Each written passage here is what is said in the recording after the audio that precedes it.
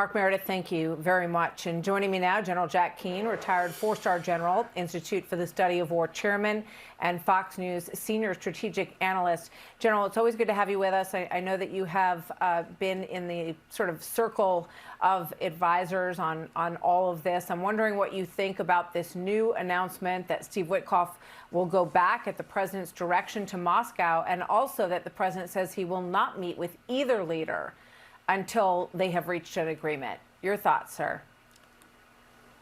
Well, first of all, I think the president made the right call here in not trying to repeat what took place at the Alaska summit. And we all saw what happened there. Putin made another series of promises, and within 24 to 48 hours, those promises were not kept. So I give the administration a lot of credit here. I think what happened is they came out of the Middle East after that successful 22-point deal that got a ceasefire and some agreement. There's still some challenges there, to be sure, with Hamas not stepping down, obviously, and demilitarizing. But the hostages are home. And I think everybody was sort of encouraged by that. And then they tried to put together a plan here for Russia. But Russia and Ukraine are not Hamas and Israel. They're not a terrorist organization. They represent the two most powerful armies in Europe now. And they've been clashing with each other for almost 4 years. And Russia, obviously, is a nuclear power. And we have the leader who's been in charge for 25 years. So this is a different set of challenges, and they ran right into those challenges with the first plan that they put together.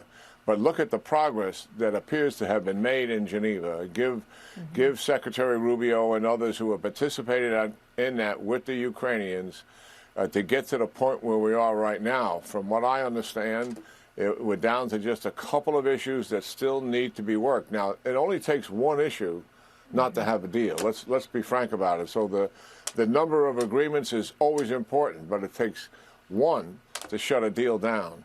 And we'll see what remains. I suspect that one of those two has to do with the Donetsk region and the land.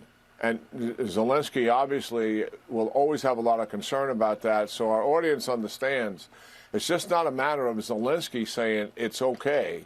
If he's going to give up territory that he currently owns to anybody, and in this case an adversary, he has to get a referendum approved by the people of Ukraine. So it's not just him saying that. And the details of what is involved in that, in terms of him having protection and also the people. We always talk about the territory, and I do a lot in terms of the defensive belt that's there and why that defensive belt is important, because if you don't have that defensive belt, the terrain opens up right to Kharkiv and Kyiv. But for Zelensky and the people of Ukraine, it's much more than that. There's 1 million people that live there. So when we talk about give up the territory, when Ukrainians think about it, it's give up Ukrainian people to Russian occupation. And they already know what that's like in the areas where Russia is occupying Ukrainian people and Ukrainian land. So those are issues that they're dealing with. But obviously, if they've even made progress on that, even somewhat, that is a good thing. So yes, we're likely closer here, just on the Ukrainian side, than we have been to date. The fact remains, where is Russia on all of this? Russia has not made, Martha, one concession in all of these negotiations. Not one. And why is that? Because he has always believed time is on his side, Martha. If he protracts the war, and that's why he's been willing to continue it, he'll eventually wear down the United States and its leadership, the same thing with the Europeans and their leadership, and wear down the Ukrainian people so they put pressure on Zelensky.